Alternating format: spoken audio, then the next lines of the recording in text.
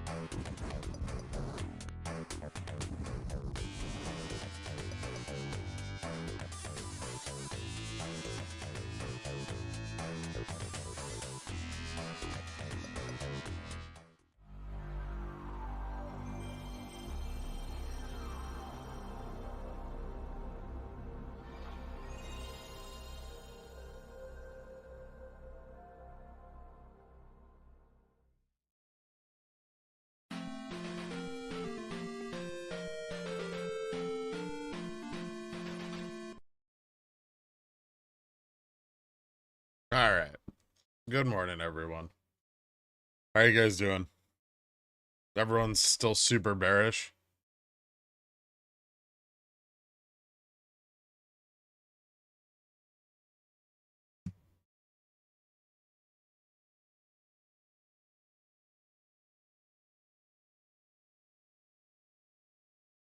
So bear.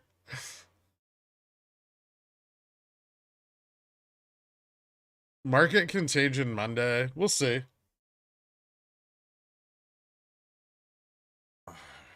Hi, I can't say for the stream. Just tell me the financial markets are collapsing. Fear is spreading. The delusional are becoming less. The new camera is crisp. I'm glad someone finally noticed.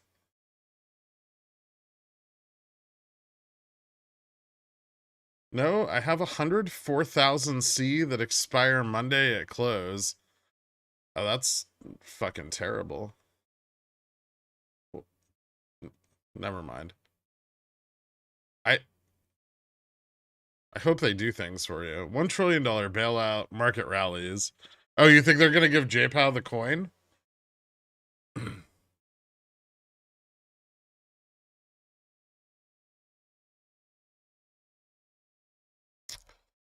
Why? I got a feeling that when everyone seems so bearish, we would get a rally, wrecked lots of people. I mean, not necessarily, right? Sometimes everyone can be right. They're very, very rarely do all market participants' thoughts align. But when they do, they're generally not wrong. Should I get in line at the bank now? It kind of depends on who you bank with, I guess. No, I mean, you probably don't have enough money that you're not covered by FDIC insurance. Um, the Fed can always assume any bank failure. Good thing Fubo doesn't have money in SVB, right? I mean, Fubo doesn't really have that much money anyway.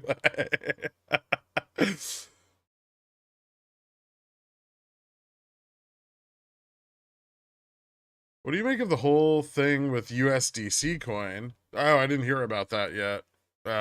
Is that new? What's going on with them?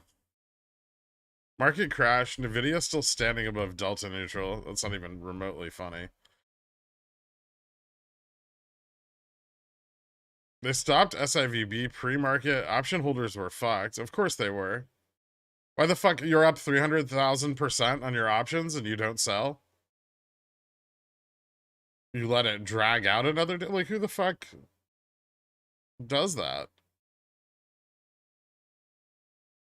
You can unblock me from joining Dillionaire now. I quit day drinking and I'm not as annoying anymore as much. LOL.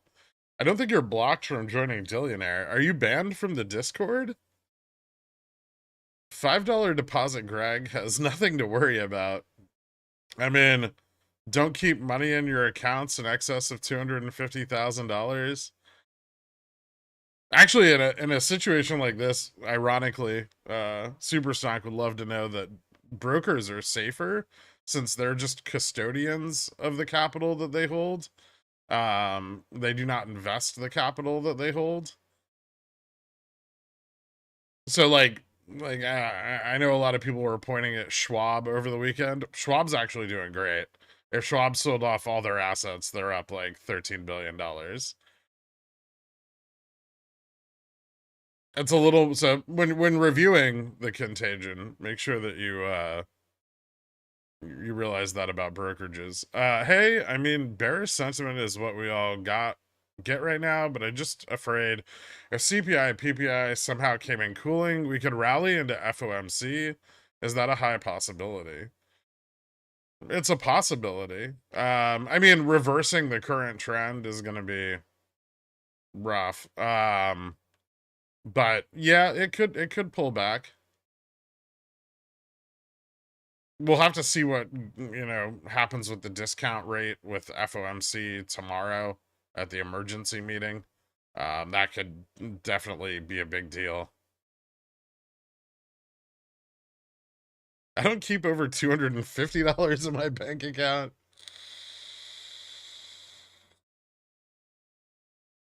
I mean, I know what USDC is. It didn't stay at $1 over the weekend. Went down but bounced back some. That's not a good sign.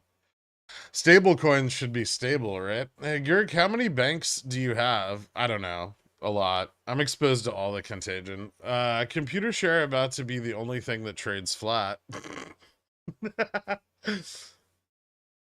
Could you cover how the closing of that bank may have on the market, or if it will have a true impact other than fear and speculation?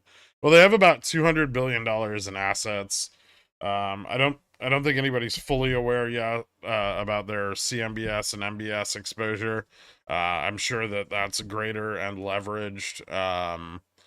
I would say at a minimum, you're looking at probably like a 250 million, like a quarter to a half a $1 trillion contagion. And that's without fully understanding the extent of their leverage. So it's a big fucking deal. I mean, I think people don't realize that Bear Stearns was like 18 billion bucks at the time. A lot's changed. Um, Banks are much bigger than they were before 2008. Nvidia banks with SVD. Good, fuck them. Did anyone else here think a stablecoin was some sort of horse-based crypto token? Kind of is. 300 billion market cap, mega large. Yep, that's a mega large model. It's about to get cranked. USDC, Schwab Pickle Pick next week. No. um, are broker accounts where we have investment and trading money at risk? Yeah. I mean, you have what is it? SPIC or whatever the fuck they're called, that insures brokerage accounts as well. But I don't see any of the brokers looking particularly at risk right now. Some of the banks a little more so, especially regional banks. Um,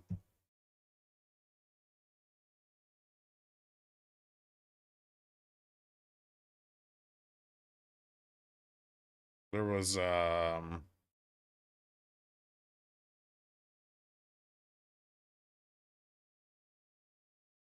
hmm,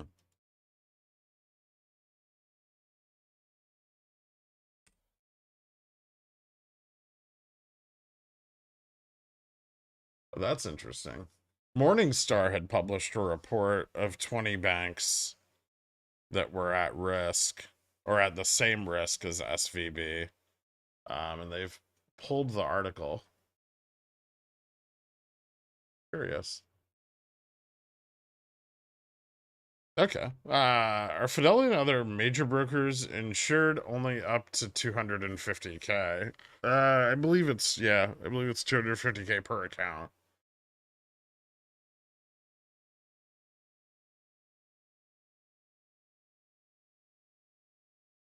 So per depositor. So not per account, per depositor. So you don't ever want to have more than 250K with any one brokerage, ideally. The Fidelity is not at risk. Or at least they don't appear to be. Do you think this will lead to a sort of self-fulfilling prophecy where people try to short all the companies that had SVIB exposure, leading to even more near-term losses? Yeah, it can catalyze it. Banking's so hot right now. Everybody forgot about GME like Dre. I mean, I didn't. GME looks kind of interesting right now. It's doing more of the things we like to see. So I'm excited about that. Although there does appear to be some evidence that a small portion of retail has sold over time.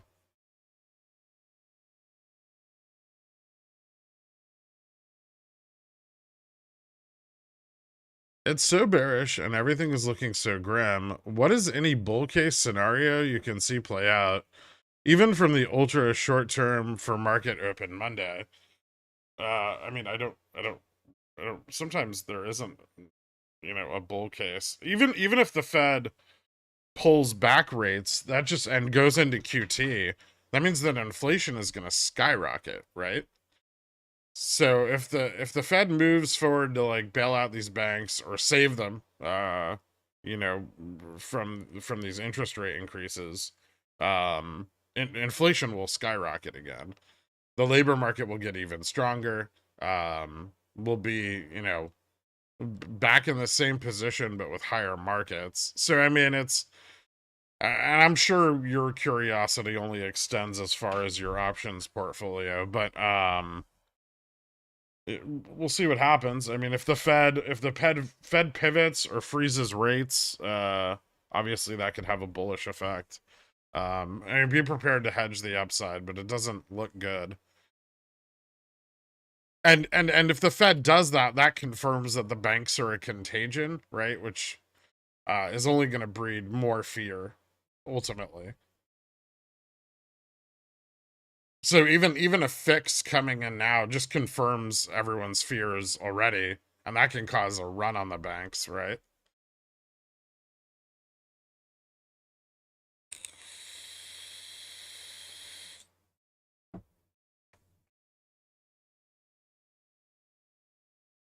I put in $1 at a machine and I got 4 Fed coins. That's just for tourists. Those like flattened out pennies that you have now with images of the Federal Reserve Bank on them. Those aren't a real minted currency. I DM'd you their balance sheet. Most of the 91 billion is MBS and CMBS, I believe. Okay.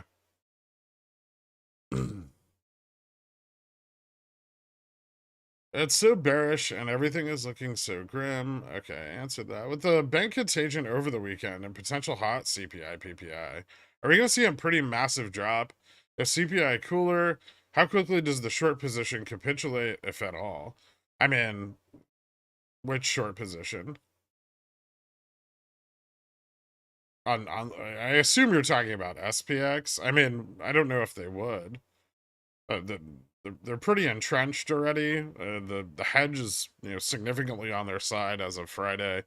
We were looking at like a NAV gamma exposure of like negative $38 billion. Yeah, it doesn't look good. Even the closing of the massive amount of zero DTs into the end of the day on Friday left um,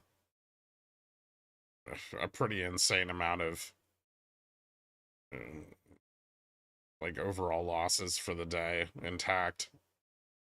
So like even that rally into the end of the day didn't really produce much. It got VIX down a little bit. But VIX is probably going to be way up going into tomorrow morning. I wanted to let you know there's a fake Gurk somewhere in the Discord, a swindler of sorts. There's always fake Gurks in the Discord. Just report them and tell the mods. We get them banned. I keep all the money in Rob. They'll say things to you like, I care about you, or how are your experiences in the market going? I think those are really good ways to tell it's not me. They might be concerned about your financial status. I think most people see obvious signs of downs, and we've been rugged a lot. Okay, yeah. That's normal. So hedge the upside if you're afraid. Isn't this already downstream from Archegos? This is the Contagion. Uh, I wouldn't say that they're that linked, but sure. This could expose more Contagion in banks over the next few weeks, few months. Generally speaking, nobody ever looks until something actually goes wrong. So, and then once people start looking, they find a lot of things that are wrong.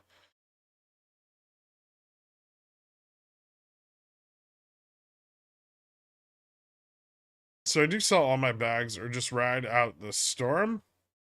I mean, you can ride it out. You can sell in the money cover calls. Jimmy actually doesn't look that bad. And if the market crashes, shorts will probably exit whatever's there, like the 20% of shorts or whatever that are sitting around. 23%. Is CPI going to have any effect? Really, if it did somehow come in cooler, it depends on how cool it came in, right? um, I mean, like, I think if we stay relatively within the previous range, then the CPI print's not very telling, right? And then we'll wait on the PPI print, which also may not be very telling. If there isn't a significant shift or decline in inflation, then yeah, I could see it not really having that big of an effect at all. Fake Gert touched me. Yeah. So on Monday, do we keep dropping into CPI or we could get a small bounce? We'll see. I don't know yet. I mean, I don't even know the positioning for tomorrow morning yet. Right now it looks bearish as fuck. Obviously, like the market could flood with zero DTs into the morning as everyone prepares to straddle the emergency Fed meeting. But those calls may just be chasing a declining market. In which case they'll have to pull back, which would drop the market even more and then reposition. I would expect, if anything, tomorrow, a lot of fucking volatility. Could one hedge the upside of, say, 5 NVIDIA and 5 Tesla puts with one SPX call? Sure. Yeah. That doesn't seem unreasonable. Or, like, a few QQQ. QQQ would have greater exposure. So, like, technically, like, an NQ call. But SPX is probably okay. It's a little less affected by tech. Do you think we could see the market open lower tomorrow, but then rally up through the day back to the 3850 to 3900 range?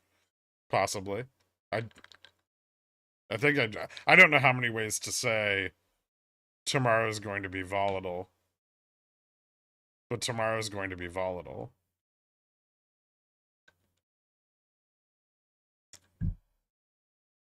So is Upstart about to take another elevator straight to the Earth's core? Time for more in the money calls.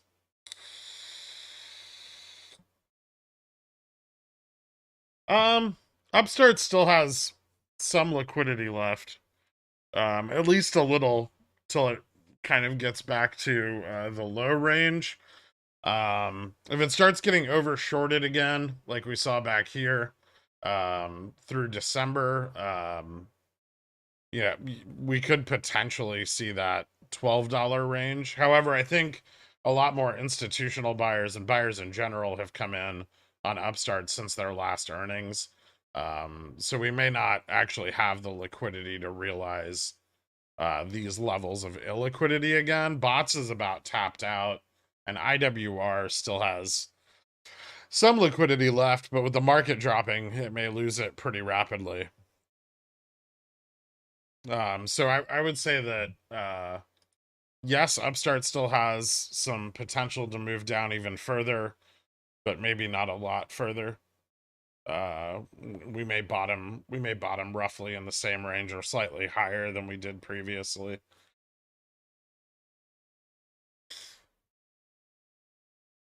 realistically, we're not going to hear anything from the emergency Fed meeting tomorrow, will we? I think we do, like within 30 minutes of it ending, if I'm not mistaken. Usually, if there's an emergency Fed meeting, there's an announcement that follows it right away.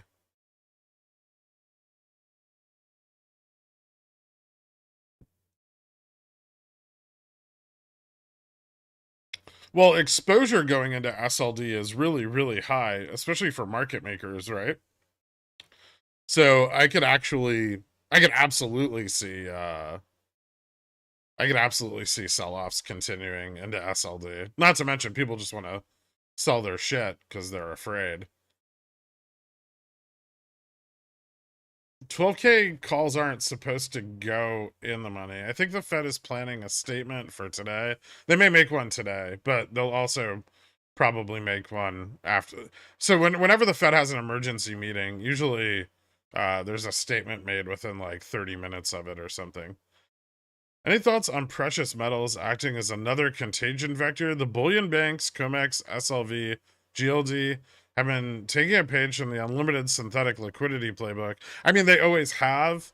In the COMEX markets, though, it's more stable because you technically you technically don't have infinite liquidity, right? Because futures have a deliverable in bullion. Uh,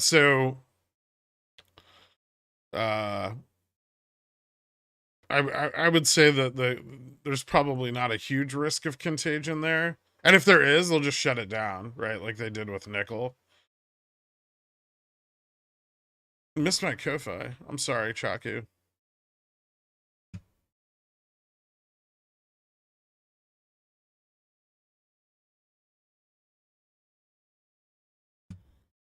Too late to get into the SV bank action. I'm protecting for contagions. My money is safe in the California National Treasury Repository, CNTR.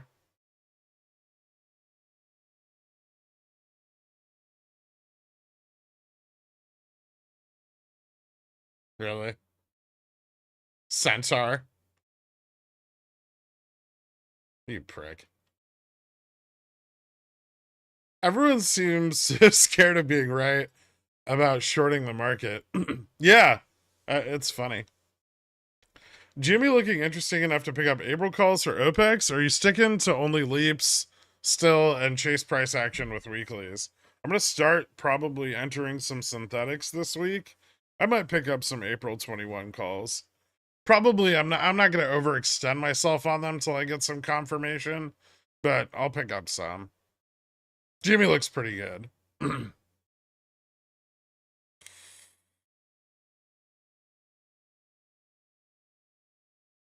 I find it funny that most people are worried about downs, and everyone here is worried about a bounce that will happen. Well, it's like the reaction of everyone getting bullish because too many people are bearish, right? That happens a lot in here. I don't know why.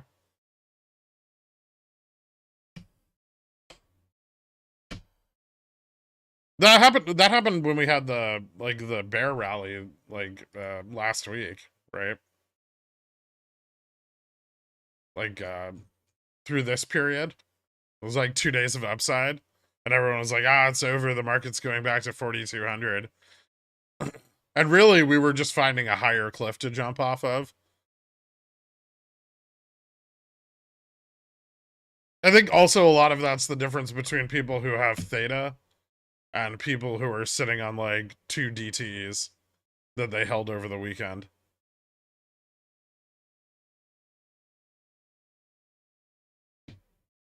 As I think all that is going on and trying to summarize what options are, I struggle to short term ups.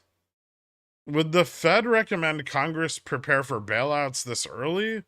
Would we even know?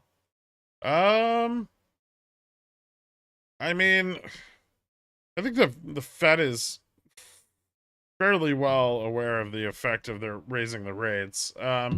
Yeah, they could reach out and inform Congress that bailouts might be necessary. That doesn't mean Congress can actually get together and figure out a way to do that in a timely manner. Although generally when their money's at stake, you'll see them come right across the aisle.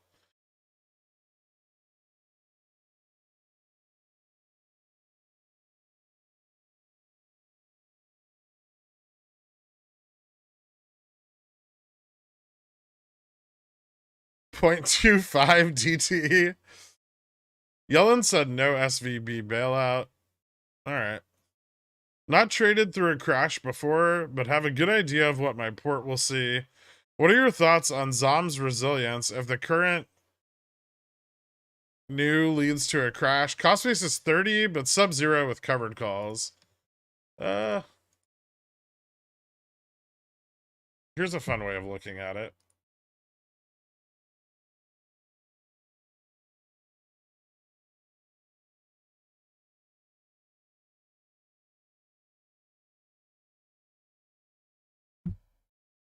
ZOM went down to about $30 in the COVID crash. If the market crashes now, maybe 50. I don't think it's particularly resilient to a crash, and it usually takes commodities some time after a crash to start heating up.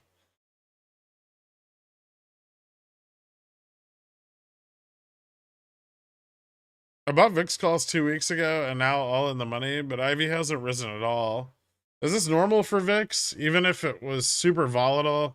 I haven't traded VIX before. Now all in the money, but Ivy hasn't risen at all. Is this normal for the VIX? I mean, you're in the money, so Ivy starts, like, your Vega starts to go down the deeper in the money you get, as you lose extrinsic value. GMECC's Friday expiry worth it?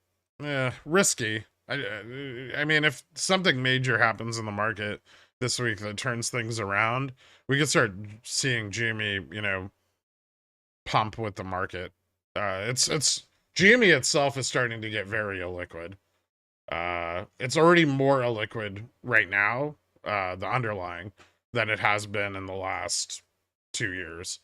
So, yeah, I would be pretty cautious of that. Also, IJH is running out of liquidity. XRT liquidity is still very low. GME is even more illiquid than it was going into the move up in January.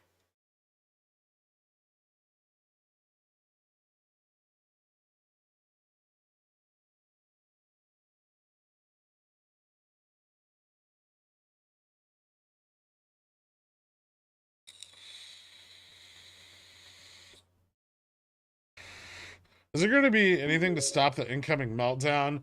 If CPI has another big jump, we're going to see 400 to 500 downside days, probably. It might, unless the Fed does something like pivot or pull back rates. Rose are red, violets are blue. Banks start crashing and markets go to poo poo. On a real note, are you expecting a large market correction to the downside this week? I mean, it could happen. We still don't know what the Fed is going to do tomorrow. I would, without everything that's happened, without all the news and ignoring all of that, and purely looking at the data and the technicals, the market still has room to the downside, quite a lot. If the market falls under like 3,600, the downside is going to accelerate very, very rapidly as the market maker begins to sell in order to hedge Vega.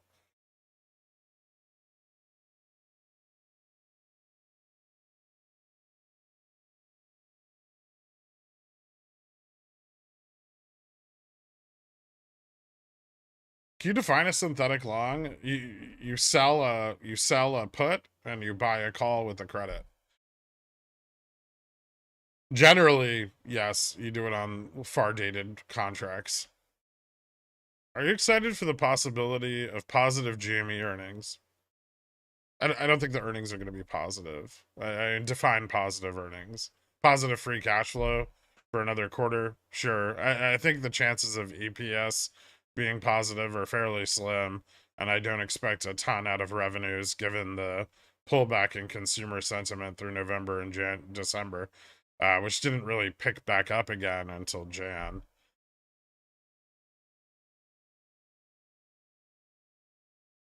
After the downs last week, I don't have any puts. Do you think we will see short-term rallies to reposition, or is it better to day trade it day by day? Um, I'm sure that you'll get opportunities to reposition. You can continue to trade it day by day. I had a friend of mine who did very, very well during the COVID crash, doing exactly that. Obviously, it's always advantageous to get some farther dated positioning as it's easier to manage and less risk on an intraday bounce. The GME liquidity chart is making me too bullish on a March OPEX. It looks pretty good. Liquidity started drying up long before we ever hit our peak on GME. Most of the liquidity that got used up in this period right here, especially on XRT and GME's underlying, was in an effort to keep us from breaking above Gamma Max. They were successful ultimately, but yeah, we have reached liquidity levels on GME that we have never seen before. And if the price does pull back, it's very well set up to just actually fucking rip. So if we start to get a reversion to mean and that liquidity again, like we got back in early January, this obviously it would have a lot of momentum from the point where it's currently at. Can Jimmy on Friday at 16.99? Yeah, sure. I mean, historically, next week is, especially if we do have an OPEX, is usually not very positive. Good morning, new camera. I do have a new camera. Do I look weird? I'll do a poll. Or do I look the same but clearer?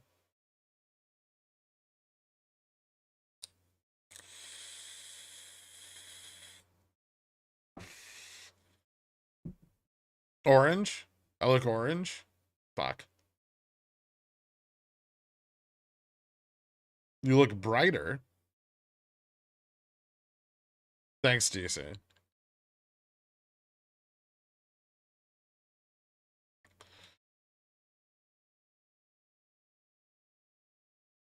Different angle. It's a little higher. But yeah.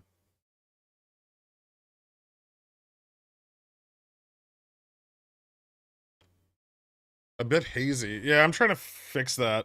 It's weird because with like DSLR cameras, you have to do all of the like adjustments and like with filters, and I'm not great at that. You have the transparency with the camera that SVB lacked.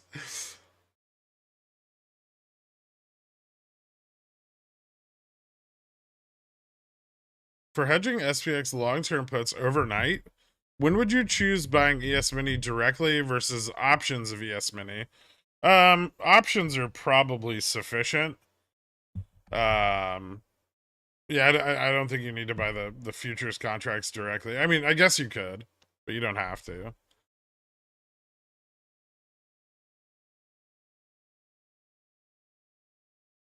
Maybe if you had like more than 50 SPX contracts.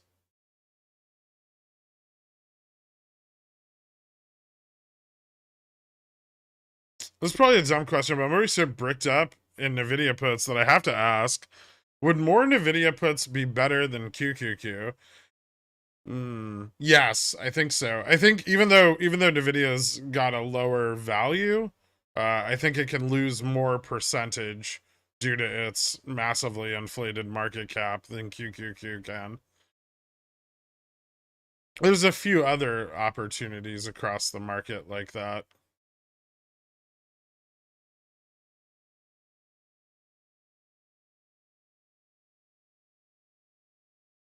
I can see your pores. Nice. I thought you meant 12:30 Pacific Standard Time? No. What have I missed? Is this the most important Hot Tub stream going into this week? It's really not. It's mostly just a lot of bears asking if it's okay to be bearish.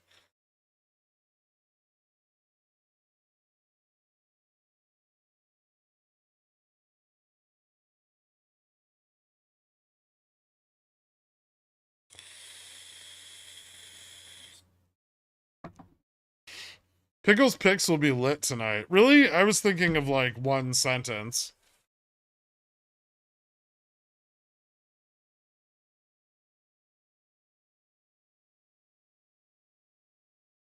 As far as hedging Tuesday CPI, I have March 31 puts already. Would I just buy a couple March 17 calls to hedge? Or is it more effective to enter a straddle? You could just buy some shorter dated calls to hedge. It's a little cheaper to buy the leverage. And then if it continues to move towards your puts, you won't be out as much overall on those premiums.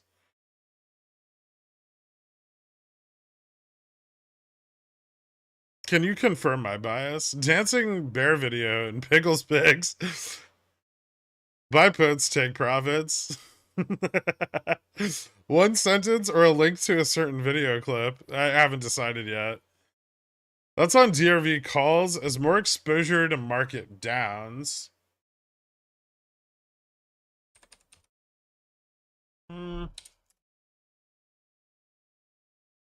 You could. Real estate tends to be fairly slow moving. I'm not saying it won't move, but I'm not a huge fan of it.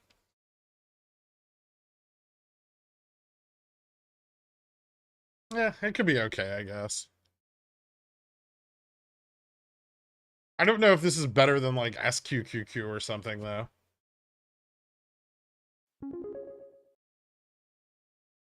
This is probably something I'd go long on, once we see unemployment go up more. Last Friday I rolled out my October 4000p into December 3900p because of work.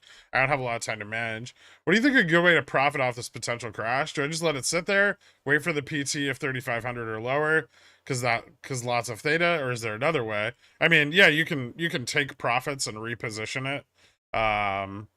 You can increase your leverage after profit taking, or you can, take some of your initial capital outlay and put it aside, and then continue to play with the already realized profits as far as new positioning goes.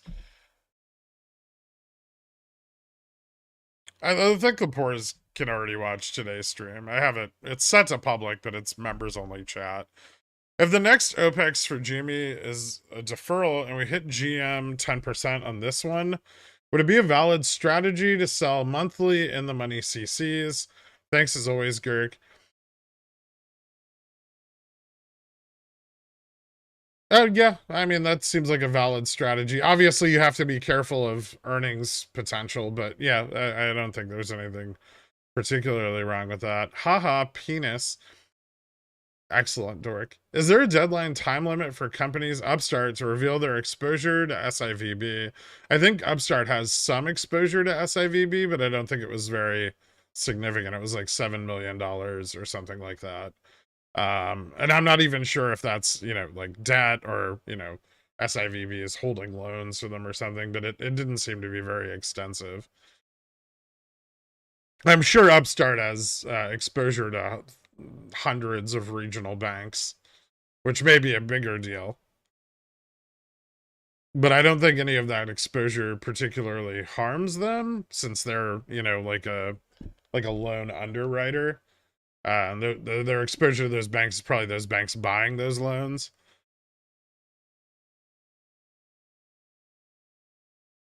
CMBS bear. I took profits of my SPY puts, but I haven't repositioned yet. Is it too late to reposition now that VIX has spiked? Is it worth chasing, or only if there's a small rally? I mean, obviously there's some risk in continuing to chase, but and options are getting more expensive as VIX increases. But VIX has pullbacks, and there's opportunities to re-enter, and eventually there will be like oversold rallies where the market pulls back a significant degree, and puts become cheaper again. That's generally pretty common in crashes, unless they happen all at once, like Volmageddon or something.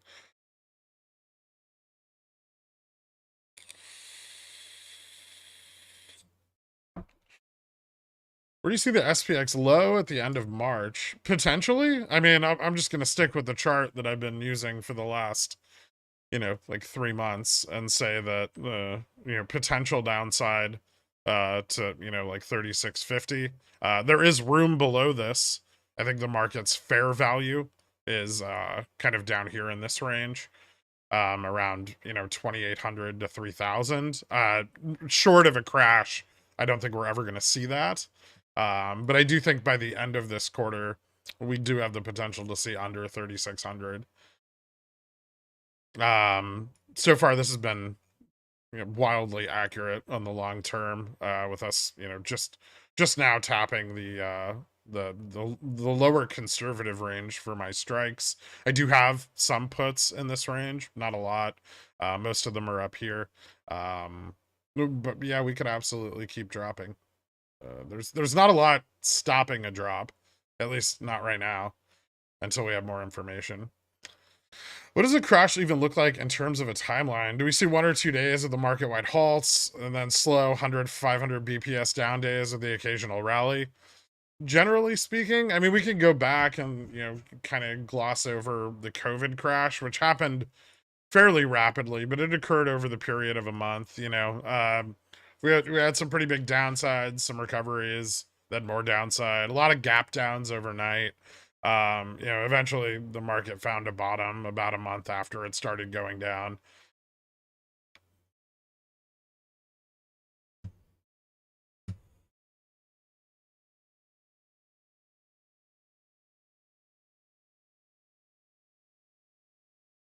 I don't think that's too different from 2018. 2018, I guess, had more downside, but it was shorter lived. Volmageddon happened almost all in a couple days. 2008, had one big massive sell off, and then we kind of chopped and moved down over the course of a few weeks, months.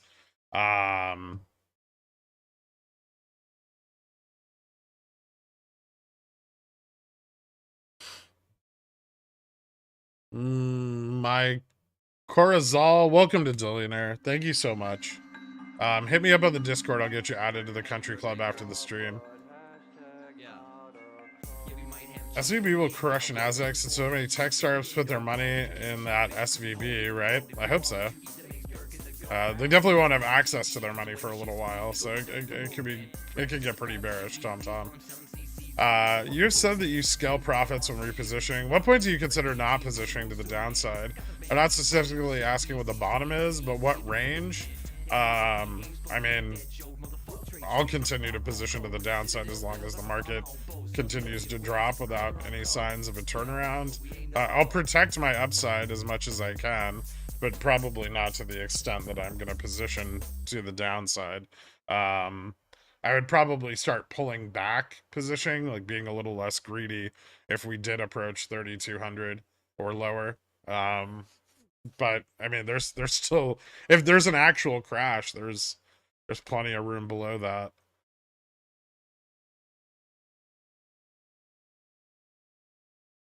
Is SVB a good buy now? Yeah, Dork kind of nailed that. Yeah, if you're JPM. Are bear call spreads on SPX going to be more profitable due to the VIX spiking? Yes, they can be. They're also, easier to enter, and have less of a,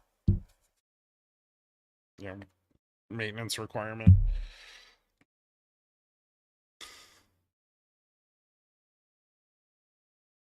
Is this the double dip recession foretold in 2009? We'll see. Thoughts on SRF at these levels? Given the macro picture, just wondering your outlook in this space. Do you know the next time they buy in for the trust? I'm not sure their next buy-in, but I know they issued shares. That's so they should start buying soon. I believe it's been trading at a discount. It can continue to trade at a discount, especially if we, go through a market crash. But I would expect that, government subsidies following a market crash, probably directed at the energy sector, could increase demand on uranium. So yeah, I mean, I'm still kind of just bleeding into positioning on it. I still think it's like 6 months. I don't think it's super long term, but I don't think we're anywhere near it going crazy just yet.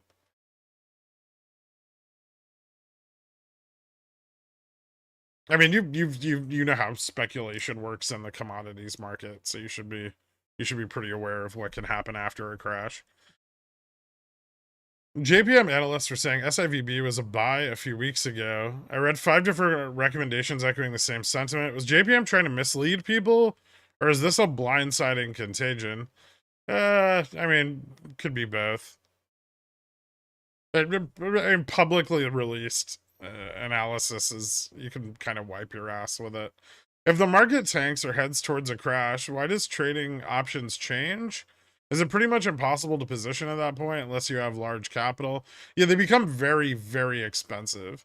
I mean, we're already seeing that intraday, right? We're seeing, options with like 80, 60, 40% IV. That could go up, and it goes up on farther dated options. And on SPX, those have huge amounts of Vega. And so suddenly your premium multiplier is just sky high. And you have to start looking to position on, other things because you can't really buy that many more options there. How bad is this SVB thing? It's pretty bad.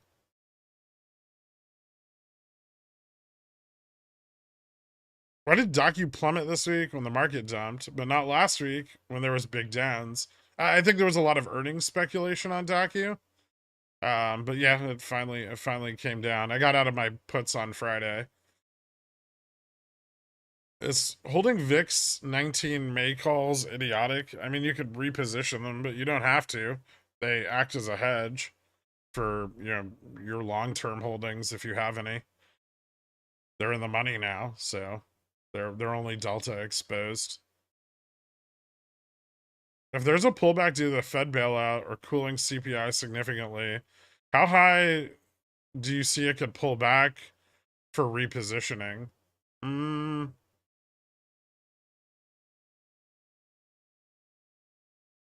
We could probably pull back to like the fuck.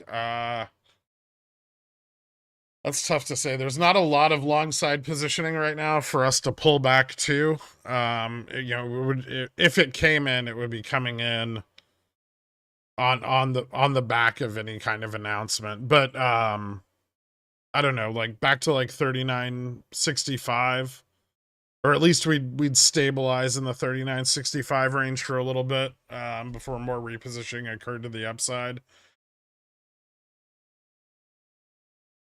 I want to get to SPX. At what point is it a reasonable idea? I know better for taxes and big dollar moves.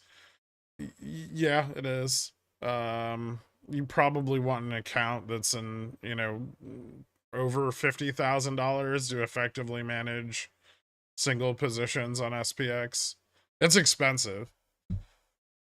There's other tax preferred, like SPXS and SPXL are also tax preferred. FDIC said they're auctioning off SVB deposits today. Okay. If people get priced out of SPX, is SPY a good alternative to play the downside? It can be, but it can also get really expensive.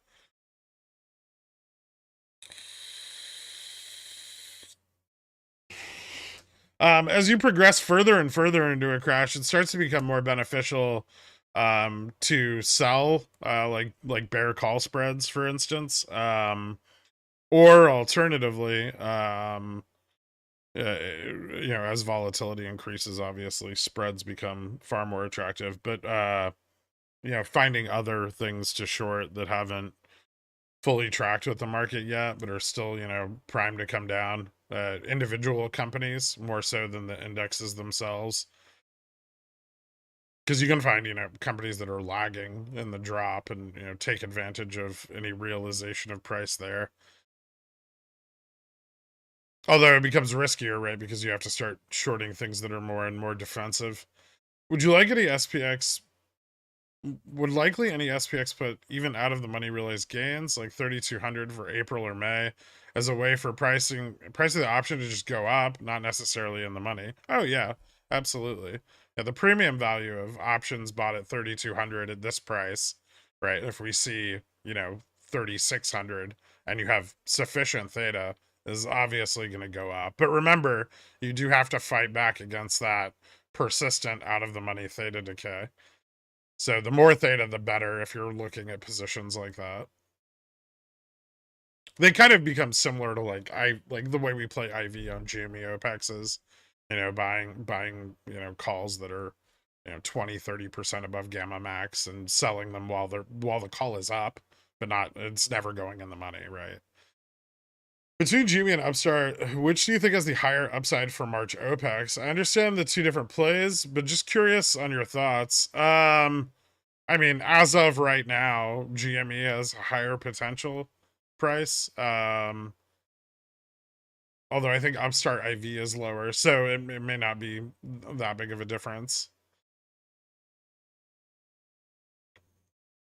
Which do you think will drop the most, SPX or QQQ? I mean, historically, QQQ.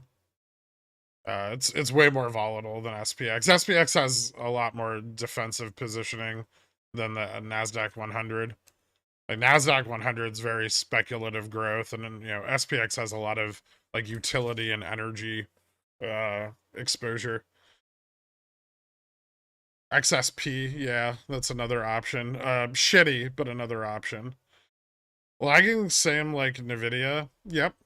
What are some of these lagging companies? Any thoughts on shorting BTC or F? I mean, you can if you want to. I have no interest in fucking around with crypto.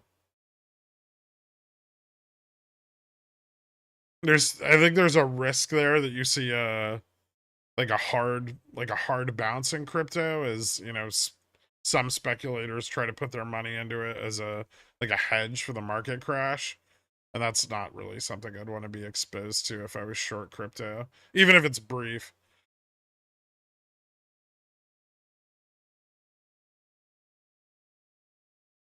So no pickles picks? I didn't say that. US banks are over 260 billion in unrealized losses, FDIC says. Yeah, that's not very much. Are my 2027 SPX 400p going to print? 620 billion. Yeah, that's a little more. 2027 SPX 400p gonna print? Probably a little. I don't know. You need a crash. But in a crash, sure. Those are like deep out of the money puts, right? So they're generally better to sell than to buy, but whatever. Thoughts on SARK? Okay. Most of their holdings used SVB and tank harder during crashes too. Huh.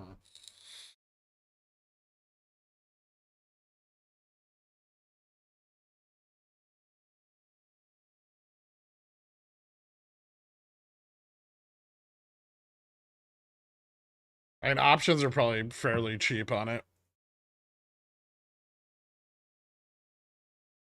It's already gone down quite a bit. I mean, I feel like it's a bit chasey, but it's probably okay. Is this leveraged at all or no? Innovation daily? Daily what though?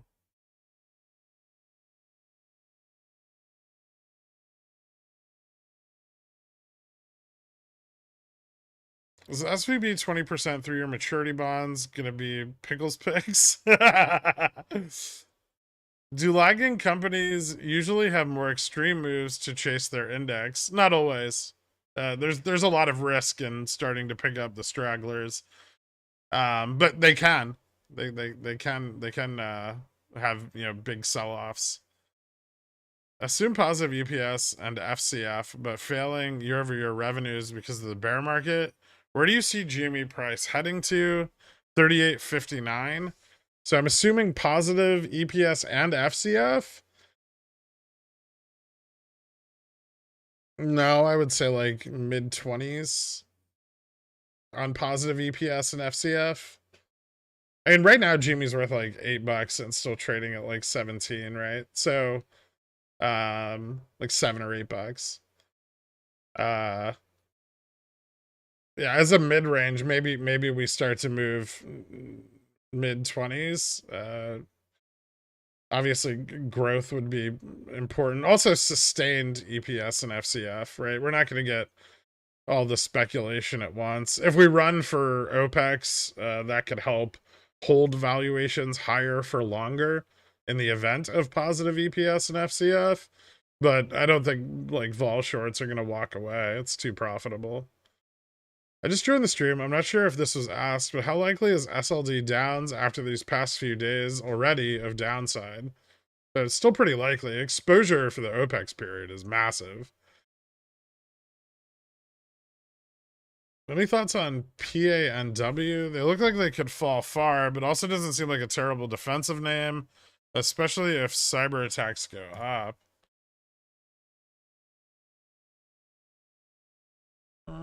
Palo Alto tends to do pretty well. Man, they've got a lot of fucking downside.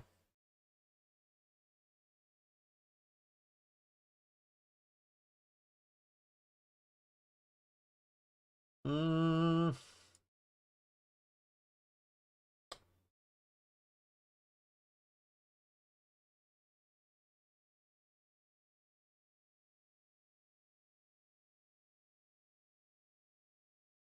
That might not be bad. I want to know what their exposure to SVB is. They must have some.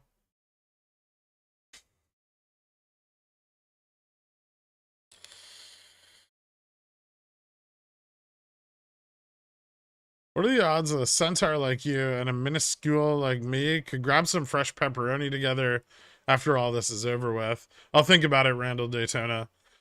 Would the market continuing downward pressure affect GME OPEX price action? Or if we get a real OPEX and the market is still dropping, we could still get one like 2021. Yeah, we could. I mean, the GME's price sensitivity to, you know, out of the market purchasing is still very high. It could have negative beta through an OPEX period. I mean, obviously, like the active fund selling would drag on price action, and we probably wouldn't see as great a realization as we would if the market was moving with us. But it can still, you know, inverse the market trend.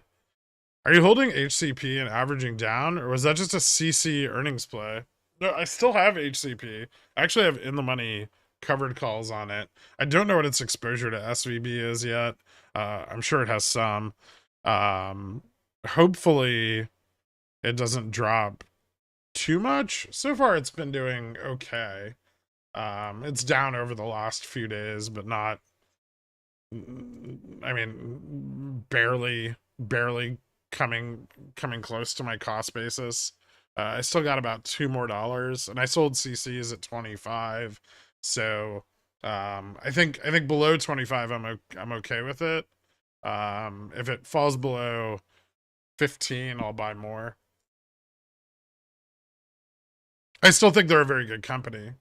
I do think that they're going to have some negative effects over the next year, with, you know, reduced capex, but um, I also think a lot of companies are going to turn to them as capex reduces because of their kind of like freemium model that they've developed, which, you know, is significantly more advantageous than things like Salesforce if you're trying to save money.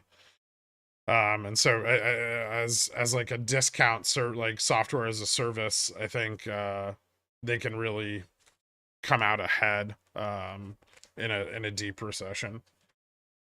So yeah, I'd be buying more, you know, sub 20, sub 15,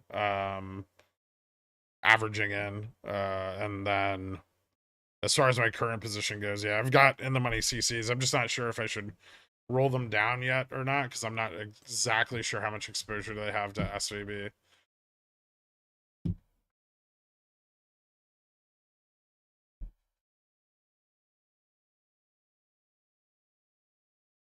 If we do get a real OPEX, could bad earnings completely fuck the run? They could hurt it.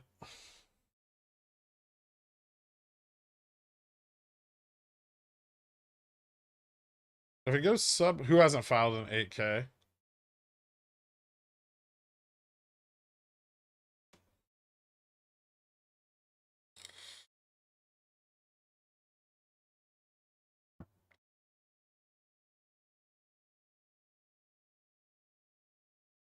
BTC ripping, crisis over.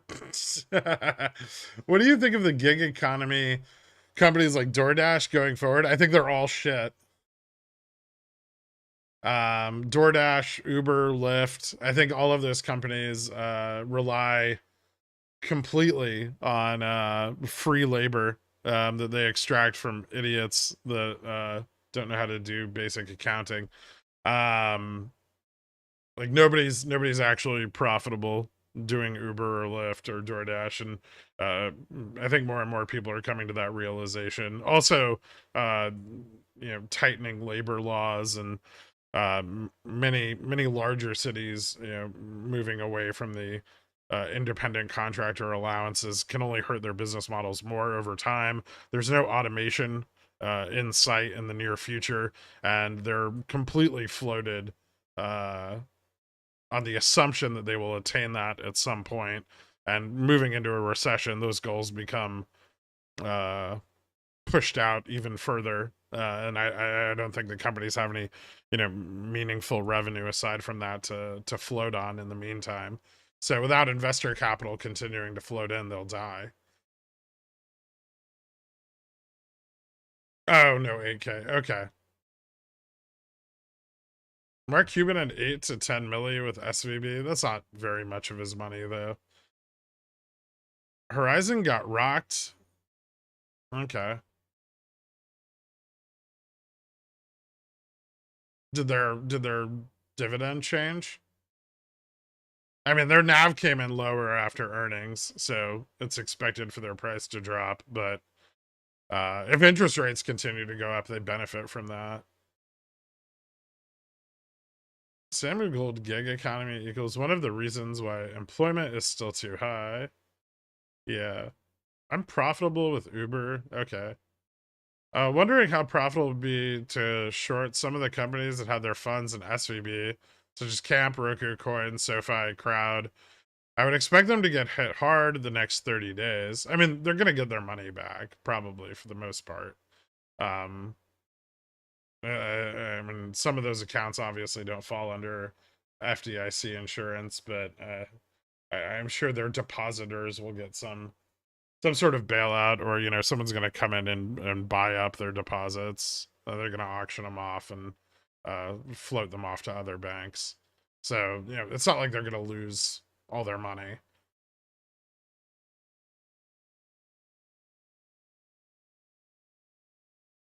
They may lose access to some of it for a period of time.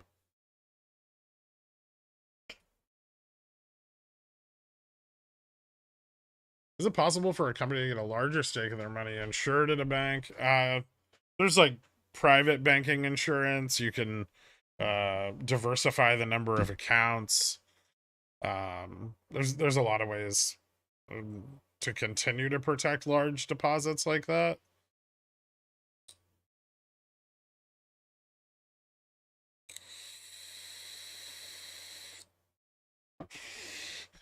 Assuming positive EPS and FCF, declining revenue, but forward guidance mentioning artificial intelligence, what will GME go to? Oh, 75, 80. Are they going to start cranking soft goods? If they start cranking soft goods, the sky's the limit. I see the very far dated SPX in the money puts, like September, October, have like 12 or 13 Vega. If VIX went to 35 or 40, those would be worth like crazy, right? Yeah. Or if they're still in the money, those would be intrinsic. Oh, okay. So out of the money, yes. In the money, no, they'll lose the extrinsic value. So Vega drops as they move deeper and deeper in the money. When if the market drops, you're making money, is it better to start buying underlyings or just synthetic longs? Or just do leaps on major things like SPX, Google, commodities, etc. You can do that. Um, all of those are okay. Selling CSPs becomes really advantageous because puts are super overpriced at the end of a crash. So that's always a great way to DCA in if the market does crash. You don't want to miss your window, but if aggressive CSPs are a great way to DCA in. You can also leverage that into synthetic longs, provided that you have enough capital to withstand a leveraged assignment should it occur. And the market doesn't, fall off even further. If you had a port worth 25 to 26K with 6 to 7K in cash, how much would you use towards playing a market downturn? Is there a rule of thumb percent-wise, or spread's the only way? Not puts, thank you. I probably wouldn't have, like, binary exposure in excess of, like, 20% of my free cash, because you'd still need to manage that positioning, right? Did Horizon Divvy go up? I thought it was in the 11s, currently 12.1229. Might pick up some for this week since I held off on this. It might have. I'm not really sure. I just kind of bought it to hold until I have something better to do with the money. And I don't have to, like, manage it a lot.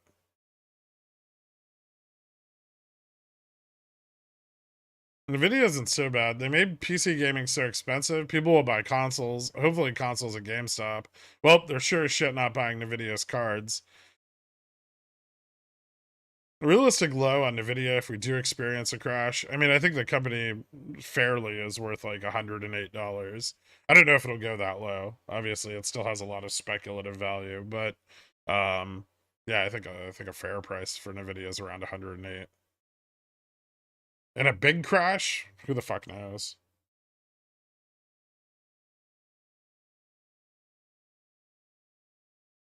I think it's just worry about the VC exposure. They own the debt, right? Thoughts of small, medium-sized corps opt to keep some portion of their treasuries and short-term T-bills to manage bank counterparty risk. If monies go to USTs from banks liquidity drop. Yeah.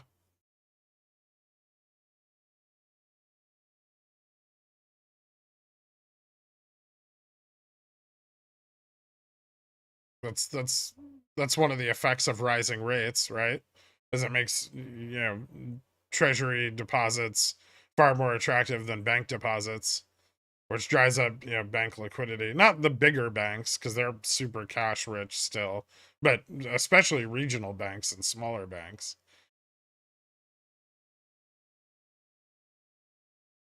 Generally speaking, how do you balance taking some profits on SPX puts that you bought, say, before Feb 16, knowing that repositioning will be much more expensive? Or just set stops, rinse and repeat? Just set stops, rinse and repeat.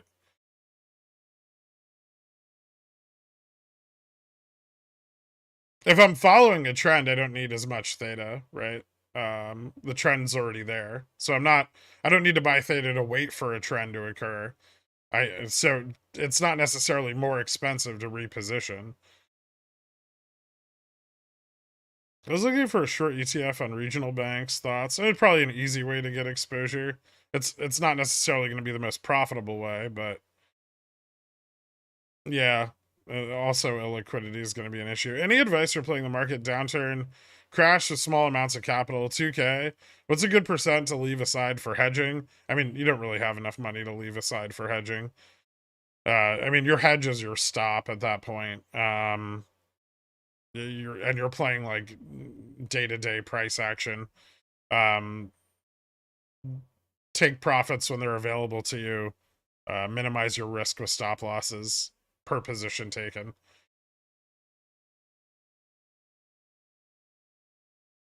Reposition to 0 DTs. Follow the trend. Keck. That's something you can do. All right. I'm gonna see if Dork and JFresh want to hang out for a second and chit chat about market stuff. Welcome to Dillionaire. Thank you so much, man. Ah, there they are. What's up, guys? You got like fucking birds in the background and shit? Huh? You got like birds in the background? Dude, I not only heated up my hot tub to prepare for this, I heated up my entire pool. All right, what do we got? Do I have infographics? So I don't have any infographics today, but there's much to talk about. Oh yeah, I know. I have some, but they're like from hold on, Dork. We need to get something out of the way right out of the gate. Yes, we do. Yeah, so my family's in the hot tub and they all know this is coming and they're all looking at me. So we made back when we were discussing whether we would go above 4,200 when we were in the 4,100s. Yes. And I was making bull cases. Dork made a prediction that turned into a bet. Dork, what was that prediction? I made a prediction that we were going to have in the news people talking about the debt market after a large financial institution faces big troubles with liquidity. And as a result of that, I have to do the following. Dork, are you sitting down? Are you ready? I'm ready for this. I've been waiting for this. Okay. Dork, you are my stonk daddy. Forever and always. I just want to say, the fact that you just told me that in front of your family makes it so much more savory. Yeah. I taste the shame. Thank you, Jay Fresh. Mm. Thank you for being a man of your word. Yes. Yeah. All right, we got that out of the way. What you got? All right. So, I do have some infographics. They mostly have to do with like the market, like kind of like what happened in the market. I mean, it's not really forward looking, but just to see how interesting this thing is. If you go back to like I'll do this really quick. All right. Get you to the top nice and quick here. If you check the chat, you'll see I just tagged you. That's kind of like the bottom. But Okay. we could start from there. But I'd much rather start from kind of like the one with VIX and those little yellow labels. Okay. Yeah. So the SPF one? No, the VIX one. Okay. Yeah, I just want to talk about this VIX spike and what makes it special, really quick. So give me a second. Let me get this displayed for everyone. I got you.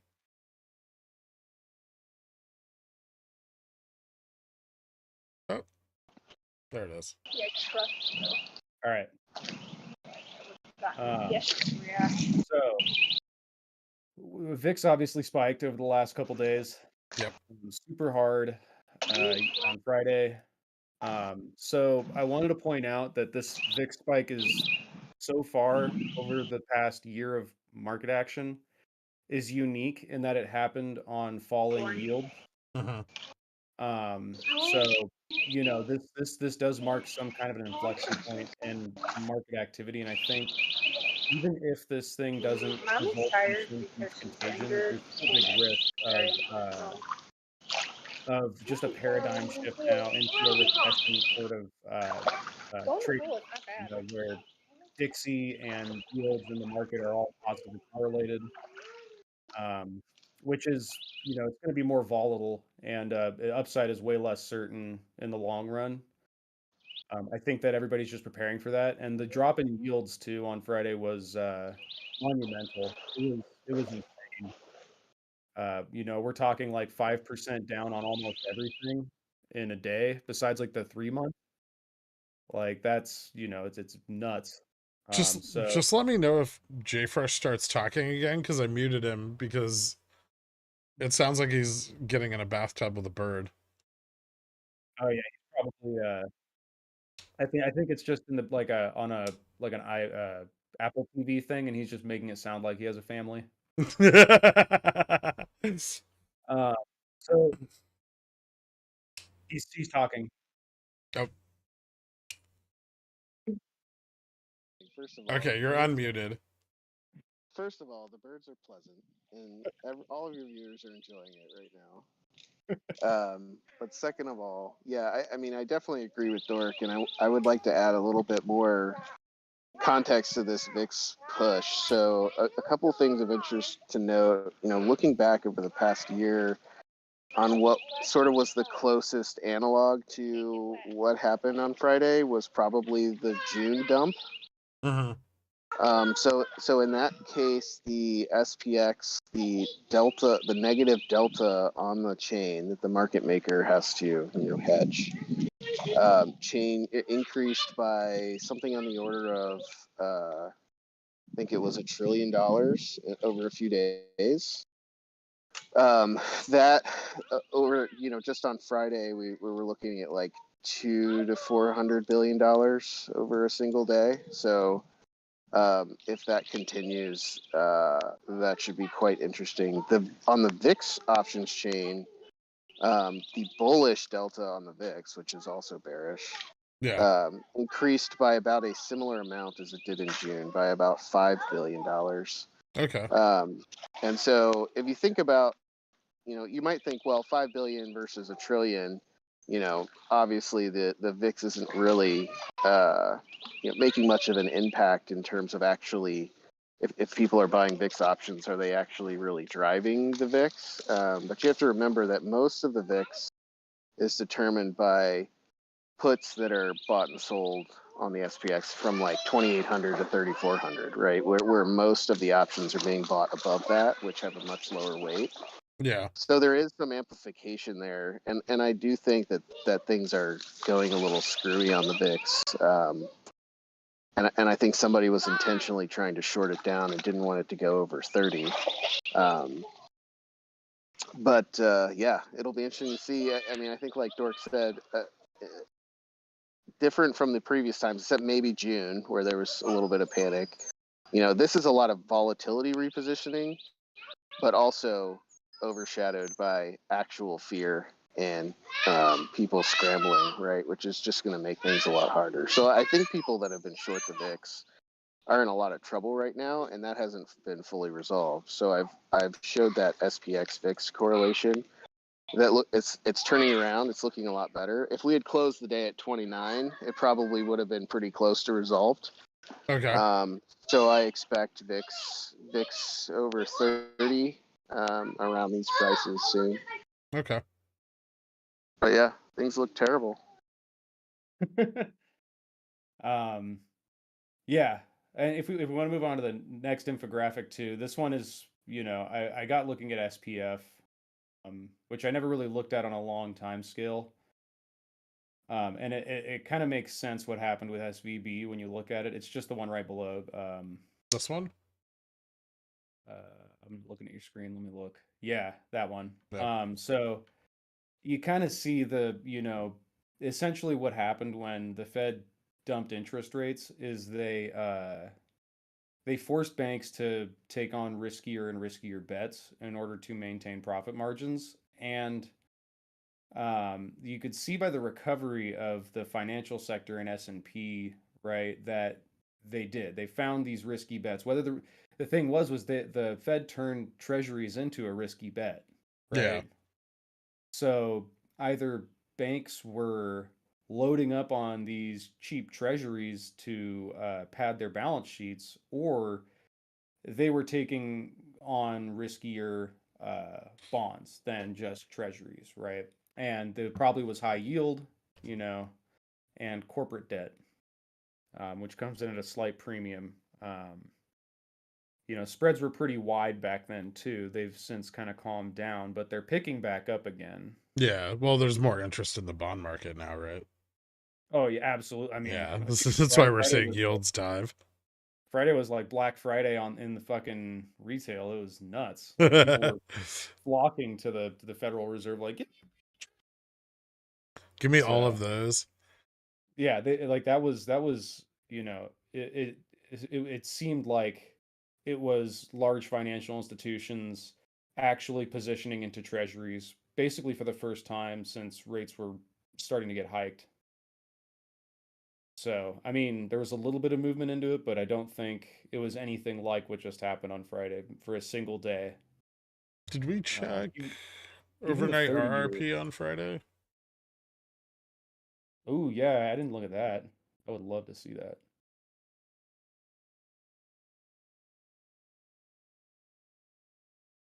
I mean, wouldn't that stay up if rates were dropping? Pretty big move down, actually. Yeah, it would go down because people bought bonds. Yeah. Yeah, about 100 billion. It's not a ton. No, it's not crazy. It's interesting to me that it would move. I mean, It's a bit essentially bigger. on It's a our bit bigger is than like, the drop we saw before that big futures buy-in last week or the week before I mean, last. yeah, I mean, on RP is kind of like a special bond only for special people, right? Sort of. Yes. So yeah, I don't understand why they would trade that. Like, Well, Well, that's because funny. on With, RRP is not fixed, right? And if the Fed changes the discount rate, they'd yeah, rather have the treasuries, right? they could drop it to inject liquidity. Yeah, and true. that might be a That's very true. real fear, right? Yeah, There, no, there that might makes be sense. institutions thinking to themselves that on RRP might get utilized in order to raise the capital needed to make the depositors whole if they can't auction everything off, you know. Yeah, I They mean, I want don't know how much Janet Yellen really has any say over anything, but she's at least been opening her mouth this morning, and she kind of makes it sound like they don't have much appetite for doing a bailout, and it sounds like the FDIC is already aggressively trying to auction everything off to other banks. Now, how much they're willing to pay for it, or if they're I willing to mean, buy them at that's all. fiscal policy. That's Yellen's gig. That's where she's got the power. Yeah. All right. Yeah. Well, So yeah. So I don't see. if the treasury's not going to come in and like back it up, then yeah, they're fucked. I mean, yeah, so this is a good segue. So, I mean, what are the options for regulators in the case of SVB? I see, because since Yellen said no bailout, essentially, Then I it see falls to sort of, Congress. yeah, I see two things like one of two things happening, right? The stupid decision would be to pause or cut rates in the face of this, I think for that'd the be. Fed I to think do that. moving into QE would be a huge fucking mistake right now. Yeah, it would stanch the bleeding for the smaller regional banks though, It right? but it And wouldn't stop the overall bleed from the market. It'd just no, and it'd confirm be the terrible fear for that everyone already has, and lead to even bigger sell-offs, which would lead to even more liquidity problems. and it would also lead to higher inflationary risks, right? It would move the Yeah, time frame out for any kind of landing by by a long time. yeah. The other option though is to sell treasuries, right? Or the US government, essentially you know makes money, it raises capital through the treasuries market in order to make depositors whole while they wait for a big bank to come in and absorb SVB, right? I mean, a big bank's just going to come in and absorb SVB, right? That's basically how the FDIC works. Is they'll just Right. start auctioning everything off to bigger banks, and those assets will be divvied up, and like those deposits will be divvied up and divided by a few business days at most. The FDIC is very efficient. Yeah. See, so the thing is that, like, since if we're not going to stanch the bleeding of the smaller regional banks, we run into a situation where, there could be contagion amongst the smaller banks. And, I don't know how much, I mean, I know it's a lot, but we don't know the extent to which these large banks can continue to absorb these failing banks and how Well, then it much falls more. onto the Federal Reserve Bank. Right, right. And then Yeah, we run into the same issue, right, where we have these two choices. yeah, It's just now the issue is snowballed to be much larger, right? yeah. It's really it's a rock and a hard I place. don't And no know. matter So here's something I do want to point out. There's about 10 banks, maybe 20, that are near equal. Well, there's about 5 banks that are equal levels of risk as SVB. Um, the other 15 are much lower, and then the rest of the regional banks actually look pretty good on paper. So I don't think the contagion amongst the regional banks spreads that far, but you have to remember all of the leverage, right, through MBS and CMBS, and a lot of this can lead to debt defaults on mature debt right now because depositors don't have access to their funds, and that can spin off a cycle of defaults that could be, well, really, really fucking bad, right? Um, so yeah, I mean, it's hard because we don't know. There's no way to really in the short term figure out the extent of the contagion, but there is definitely contagion. Oh yeah, it's the whole dark money thing. I mean, like not even tinfoil, just that's what the shadow banking system is. Yeah. Like there's some sort of tranches that like all over the place that have SVB's name all over them. Well, the repeal by Trump in like 2018 of the Dodd-Frank conditions imposed on regional banks meant that, higher risk capital started targeting regional banks, and now you have regional banks that are, sitting on 100, 200, 300 billion dollars each, which is insane. um you see everyone pointing out like Bear Stearns over the weekend, and Bear Stearns was, $18 billion, and SVB is, you know anywhere from like 200 to 500 billion, right?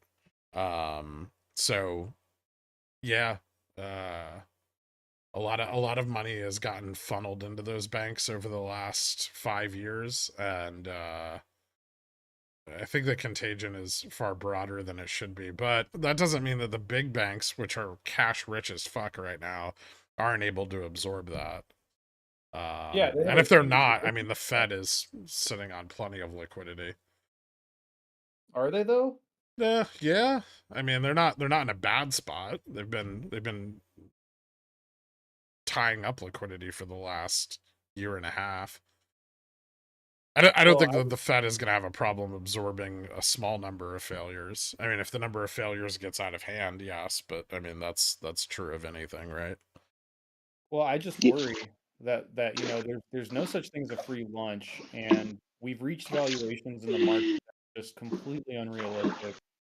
Like even in like a 5 year time frame, I think. In terms of like the multiples coming to realization. I think the bigger problem Um, is that you have the dropping asset values because the market's crashing, or well, yeah, exactly. starting to Yeah, there's crash. Yeah, that's the big problem. and if this bank failure thing extends, right? Like you were saying, we could run into like even if it's just a blip in defaults, right? Even just a blip is Even if enough it's to just a sort of blip, send yeah, this thing going in a direction. it could be trillions and trillions of dollars leveraged. Yeah, I mean yeah. ripples are gonna be nuts. And I was telling this to Dork right before we came on, but I've been thinking a lot about the discussion that we had back in, I guess it was early January, mid January, about just sort of from the perspective of the Fed trying to control the market, and the lags that are associated with that being quite severe, right? The data they're using is months to years Yeah. lagged to reality, and then the response that they make to that data also has 6 months to a year lag. And so the question is you know can, can they get inflation under control? Maybe. Yeah, I mean, it took them a year, right, roughly, to start getting it under control. But now we went from, they have months to get this thing to get stabilized, to a handful of hours. And I just don't see how there's any hope that the Fed could thread this needle at this point. And I think so, I think there's only I think really at this point there is only one obvious path forward. But I hate to say it like that because it leads to people, thinking that other outcomes aren't possible. yeah, But I mean, JPOW out of the emergency meeting tomorrow should increase the federal funds rate above the current rate of inflation, and he should hold it there through the fallout, and then pull it back rapidly alongside on RRP after inflation is crushed. And I think they can do that within 3 to 6 months. We'd 100% get a market crash and maybe, like 20-year lows on SPX, but yeah, it's almost necessary at this point to prevent the liquidity crisis, because if they keep raising the rates slower, the liquidity crunch is only going to become more severe, and it's going to spread into treasuries, which is their, last bastion of hope for keeping this all propped up. yeah. And I think, like you said, we're people can't imagine another scenario, right? It has now become extremely likely that we're going into a recession, if not just having a crash. I mean, I think recession is 100%. There's no question about a recession anymore. The question is, are we entering a depression? And the Fed's reaction over the next month is probably going to determine if we see a depression or not. Yeah, and I think, oh no, my 3-year-old just pooped in my hot tub. Awesome. Nice. That seems it's very well. Hot tubs are very relaxing. Yeah. Yeah. So I know what I'm doing in about 15 minutes. Yep. It's okay, buddy. Just walk over here. I'll clean it up. Yeah. So I mean, I think you guys were talking about strategy a little bit for the Fed. I mean, I think at this point the market's going to crash anyway. So to me, it seems like if I was in the room, I would imagine I would be talking about how to utilize the crash that's coming to, you know, sort of help, right? Because the crash solves inflation, right? So the crash solves consumer and producer inflation, right? But it doesn't solve the price issue, right? So to stabilize pricing, you need a crash, and then you need to stimulate competition at the bottom of the crash. That's really key to getting that price stability, and also, you know, forcing goods producers to compete with one another on pricing is going to bring down overall costs on not only for producers but for consumers as well, right? So yeah, I mean, we do have to have that top-down pressure, but I mean, some of it's going to have to be bottom-up too. I mean, aggregate demand, you know, supply has just gone down, and that's not going to be fixed, you know, for years probably. And so consumers at some point are just going to have to accept that they will just receive less than they have in the past to some degree, right? And I agree. I think it should be both, but you know. Well, here's the thing: just going to be. I don't. The majority of producers are going to offer consumers less, right? And then the more successful producers will offer consumers more. I mean, that's just capitalism, right? And capitalism functions ironically best in those times. Is someone drowning? Someone's drowning. No, she's fine. Oh, okay. Choking on the poop? No. Yeah. So I mean, yeah, I don't want people to think that I mean, you could still be right and still lose your money, right? If you only have a week of theta left on your SPY or SPX contracts, right? And we get a volatility push up Monday and Tuesday, right? You can still, and then it, you know, plummets after you've, you know, taken a 50% loss, right? You were still right. You just, right. So, I mean, everybody should be careful, but at the same token, I know, you know, everybody in here has been, you know, trading enough to know that, you know, that nothing is ever certain, even things that are super certain, the most recent being NVIDIA, shorting that at, I mean, I bought NVIDIA puts at when it was trading at 237. Now it's trading at 232. I don't remember what it was. And you know, the puts like finally up, like, I think. my put's up, like, it's a 210 for May, and it's up like 8%. But I've been sitting on it underwater by like 10-20% for, you know, a week. It's just got to slip gamma neutral. You know what happens afterwards. I know. We're so I'm close. actually, because, you know, my SPY puts are pretty well positioned, so and those are pretty far dated. I'm gonna manage my Aprils a little bit, but everything farther out, I'm just gonna let it ride. And I think, you know, right now, to me, NVIDIA and tech in general has a nicer starting point to short more. So I'm gonna target I increased my puts on the small bounce on Tesla on Friday. I increased my puts on NVIDIA basically every time someone in chat asked me about it. So far, that's been effective. I'm finally up on the upside of the NVIDIA positioning after all this time. It took a lot of covered call selling and hedging, but Yeah, I think well, I've I made think it. I think I've made everybody, it out of the woods, and so I I feel a think lot more everybody was confident in it. just so excited to get such a better entry on such a great play than Yeah. you that they all jumped in and they're just like, "What the heck? It hasn't printed after 5 days." Yeah, well, that's usually the reaction on things that aren't, immediately realized. Yeah, but yeah, I mean, But I know generally everybody. over Nothing. time, those are my best positions. Like the things I buy into and they rip the same day, I make some money on, but never a lot. And then like the positions where I have to manage them for months, till my thesis plays out, are the ones where I'll make like, like 6, 7 figures. Yeah. So yeah, I mean, I think it's pretty. If you've got puts that are up and you've got time, and they're recent or decent. Decent strikes. I don't see a huge risk to just holding them through volatility over the next week. Obviously, do at least a little bit of upside hedging or try to skim some volatility in the meantime. But I mean, it I mean, seems all like a of pretty good Nvidia's price action is play. currently propped on a giant pile of 230s. Yeah, And I we mean, closed Friday below 230, so I've been calling it the Nvidia 500 for the last week or so, and I do think there is some of that. And so, yeah, once Nvidia pops, I think it's all gonna start coming down. I mean, even Apple's showing pretty weak, pretty it's signs like of the last weakness. bastion of bullishness in the market, which obviously I didn't think would happen when I, just shorted its like local peak, right? Yeah, I didn't realize like Jensen was going to come out and say nothing and get everyone all riled up, but Adabit's had a yeah. lot of success with that lately too.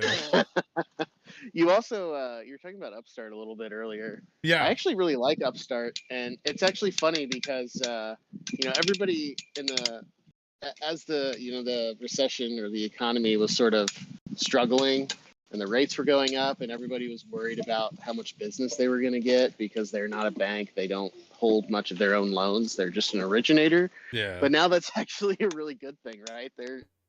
They have pretty low risk to the overall contagion that might be spreading because they're not sitting on any toxic debt. I They just still hope that a bunch of people sell off hoping their exposure to SVB is huge and I can buy into Yeah, the I mean, it would be $8. nice.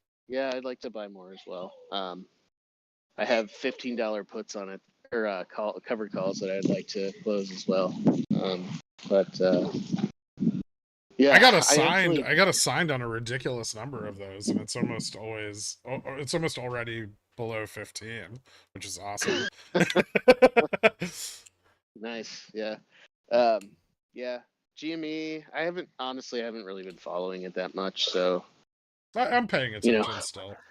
XRT puts I are have. very high, higher than they've been for a long time since March of last Yeah, year. Liquidity's low. yeah. I'm at the point where I need Call to. skew, and IV are rising into the week before OPEX. So we still need Yeah, one more big short though. yeah. One more real I'm. fucking slam down to the bottom.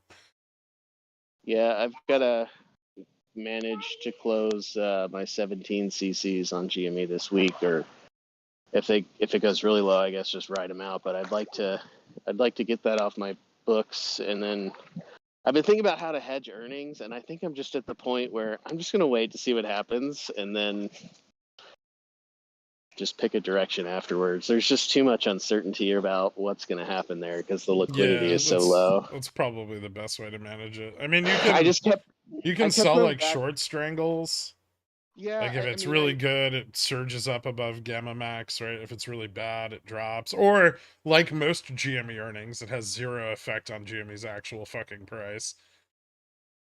yeah, I've played around with the option strat for like 2 hours, looking at short strangles, looking at synthetic shorts, looking at calendar spreads. I was doing all sorts of shit, and I could either basically just eliminate all downside and upside, or just lose money to theta, right? So I'm just gonna write it dirty, see what happens. All right. I don't hate that plan. I mean, my decision on GME earnings is going to be largely based on if we start running before earnings really hard. Like if we Yeah, break Gamma Max before earnings, I'm selling fucking in the money covered oh calls. yeah, okay. So this is obviously me making the analysis based off of what has happened to date, right? Obviously that can change. Yeah, if we go over Gamma Max, absolutely, I'm selling. Maybe just selling everything. I don't know. What are But some I'm good positions on SPY with some theta? Say you go for April 21s. How much percent drop is reasonable? I mean, this to hit fair valuations, the SPY has like 16 to 20% more to go. Then it could drop. If it hits those Go levels, over it there. could drop even more. And there's no way of saying how deep this could go, but you know, I would say that like 3,600 still seems very doable with the current trend. We're not even that far from it now. We may have a pullback before then. Yeah. Yeah, the one other thing I've been kind of tweaking everyone's nips about is crypto this weekend. And I think With USDC. A lot of people were talking about that. I yeah. don't know what happened. I know it broke correlation. So so what happened was USDC has a fair amount. Circle, who is the company or entity that manages USDC, a quarter of its liquid cash is in Silicon Valley Bank, right? Okay, so crypto's fucked. So crypto is actually fucked. So what's happening right now is on Friday, when everybody learned of this, they all immediately started cashing out of their USDC. And USDC has liquid reserves that are tied up in Silicon Valley. And I think it's something like it's at least a quarter of all their liquidity, but I think it's more. I think of all their reserves, I think it's over half are in US Treasuries. So they are going to have the same exact problem that Silicon Valley has, right? And so I think USDC is going to get run on. So what happened? Why it hasn't happened yet is because Coinbase and Binance froze transactions on that coin over the weekend, claiming that they want because of the volatility they want to wait until U.S. banks are open and transacting before they start allowing people to convert USDC to shutting down 24-hour US. markets is never a good sign. So what has occurred? Why crypto is pumping? Is some people were able to get out and maybe are still getting out of their stable coins and putting it in other cryptocurrency because they can't convert it to cash. Monday's going to open and it's all going to just fucking drop. I wouldn't say crypto's pumping. I would say crypto fell off massively. It's having a small recovery that it looks like it's currently failing. Yeah, but that pump was people moving things from stable coins to other crypto, which is not a bullish thing, right? It's just a part of the process of the crash. So I wouldn't be surprised if USDC doesn't exist by next Friday. So if you have crypto, sorry, Gaff. This is really awesome for my $9,000 buy target on BTC. Yeah. Or 500. But then you see, I mean, that you talk about that contagion, right? If everybody has a little bit of a liquidity issue, right, it can still get really nasty, right? I mean, we're talking about more, another tens of billions of dollars in stable coins, in treasuries that are going to have to be sold off. No one's going to see any of their money. Again, mature debt payments on tech companies that could default. Yeah, so which is also a very big deal. So yeah, I mean, we've been expecting. So we expected the market to go down based on just volatility positioning, and we were right on that. And I think we all got serendipitously lucky in that we had this liquidity event on the back of that. I mean, it's an inevitability, right? I mean, like me, you, and Dork have talked for months about how something's going to break. Well, something broke, right? I mean, there's no way to ever tell what the thing that breaks will be, but But Um, I mean, just for your viewers, I mean, everybody is very well positioned for yeah, this. yeah, we're all, Most are. We weren't expecting it, but we were positioned for other reasons, right? yep. And this is just going to accelerate that timeline. So obviously, nothing. There's no free lunch, but we were just right this time, right? So just accept that we were right and manage that. Don't just assume that you'll always get fucked. Yeah. I mean, my head A is good amount of fear is a trader's best friend. But yes, sometimes you are just so fucking correct, and everything goes exactly the way you want it to, and you make shitloads of money, and hopefully the pickle jar survives the recession if no one else does. Yeah, and then you throw it all into GME OPEX weeklies. And lose it all. Ryan you Cohen change your fucking dilutes on OPEX T plus 2. and then you change your name to Half Squart, Yep. and the cycle continues.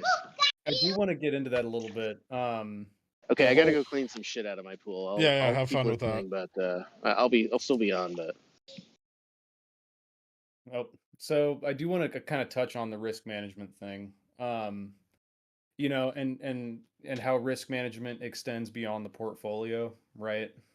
Uh, we're entering the recession stage now. Like it's becoming very real. And I don't want the gravity of the situation to escape people because their puts are printing, right? Yeah. So I mean, and I don't mean to be a downer here, but like if employment goes up 3%, that means 3% of the pickle jar just lost their jobs, right? Yep. I mean, essentially, statistically speaking. So we especially as individuals, we need to sort of be forward looking, not just about the economy and about our market, but about our own personal situations. Like like, I spend time making sure that I have backup plans in mind and ways to sort of make it out of this okay and not lose money on the forward end by losing my job, right? Yeah. So a portfolio can do that for you if you're really good and uh, taking big risks, levering up, lines of credit, things like that. I mean, the risk is just exploding on that kind of thing. So I just want to be very clear that while it's really cool and we're starting to be right. I mean, everyone kind of saw this coming who had functioning synapses in their brain, but You'd be surprised how much of the population that doesn't have access to that. I guess, but I guess, but like I just don't want anyone to sort of get caught with their pants down because they're too busy dancing. I kind of want to speak to this too. Don't dance. Dance all you want. Yeah.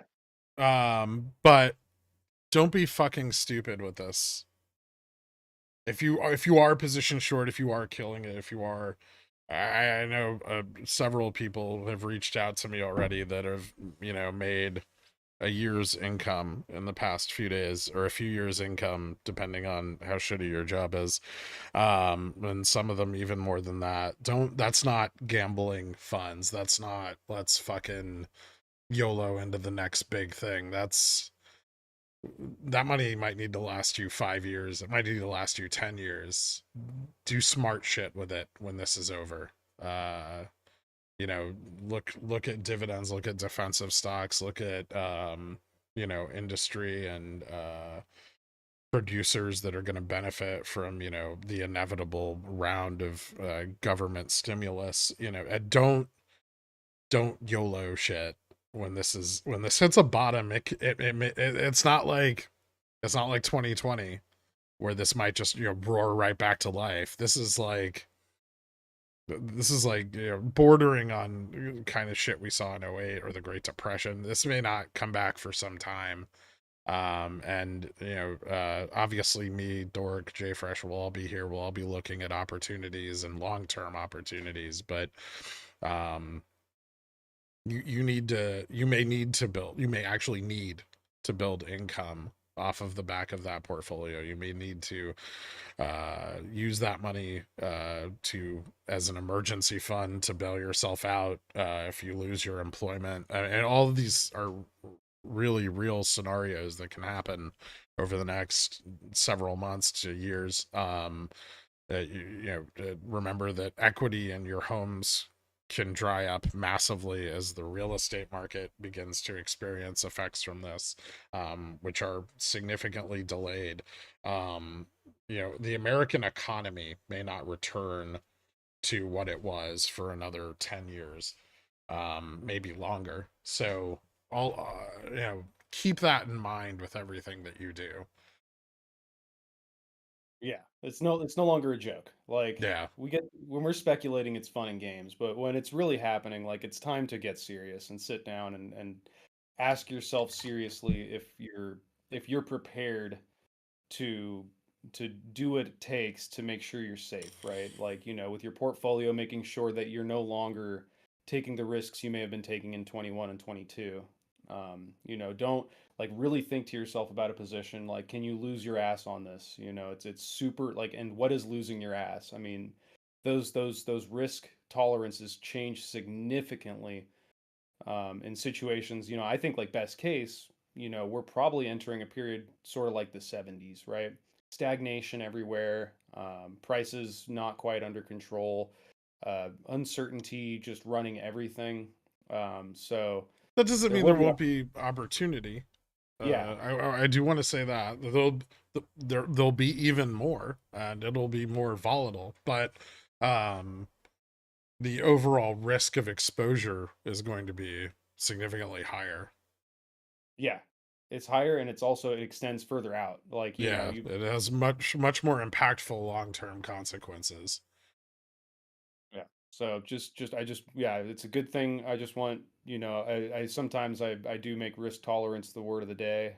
This is one of those times like we're gonna have shit print. It's gonna be great. But that doesn't mean that you will continue to be absolutely correct. You will be wrong. I will be wrong. We'll all be wrong at some point with something.